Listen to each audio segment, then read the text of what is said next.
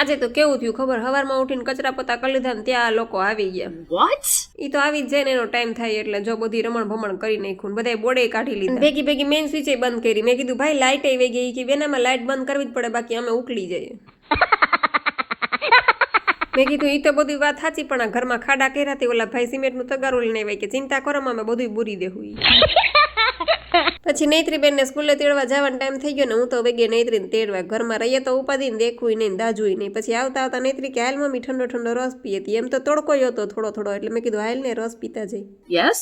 અને ઘરે જઈને પાછું જો મેં ટાબક ટીબક કરી લીધું. આવા કામે વચમાં મારે કરવાના હોય. 2-4 વિડિયા બનાવવાના હતા બર્થડે ના, તો ઈ બનાવી નહીં ખા. અને આ બધું ટાબક ટીબક વિડિયા પૂરતું જોઈએ, પછી તો આપણે આપણા ઓરિજિનલ લુકમાં આવી જ જાય હો ભાઈ. અને ચા બનાવવાનું મન કીધું નૈત્રીન પપ્પાએ, પણ મન તો આવડતી નથી ને હારી થતી નથી, એટલે આ બધાને તૈયાર લઈને જ ચા પાઈ દીધી. એમાં મારા ભાઈ કે જેવી હારી ચા પાહો ને એવું સારું કામ કરશું, એટલે ભાઈ ચા તો હારી જ પાવી પડે. હે માતાજી, જ્યાં હું પાછળના ફળિયામાં જોઉં ત્યાં તો મને ચક્કર આવી ગયા. જાગુ, તું આટલું બધું કામ ક્યારે કરી લઈશ? ત્યાં તો અમારા કામઠા બેન આવી ગયા કે મમ્મી લાવ હું તને કામ કરવા લાગુ. મેં કીધું તું તારું કર ને તોય બસ. પછી નૈત્રીન પપ્પા મારા માટે આટલું બધું ફ્રૂટ લઈ આવ્યા હતા. આટલું બધું ફ્રૂટ મેં ઠેકાણે કર્યું ને ત્યાં તો આટલા બધા મહેમાન આવી ગયા. અને આ મહેમાન તો કેવા સારા, ચાય નો પીધી, ખાલી પાણી પીધું ને સીધા કામે લાગી ગયા. Oh my god. હે ભગવાન, હું આ મહેમાનની વાત કરું છું જે માઇકમાં ગીત ગાય છે. એ નૈત્રીના ખોળામાં બેઠા એ મહેમાનની નહીં.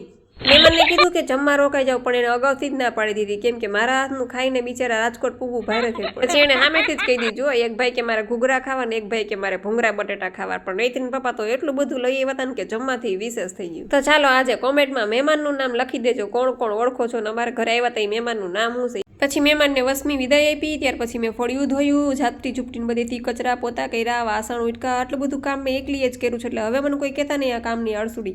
તો ચાલો નેક્સ્ટ વિડીયોમાં મળશું. હવે આવજો, સીતારામ.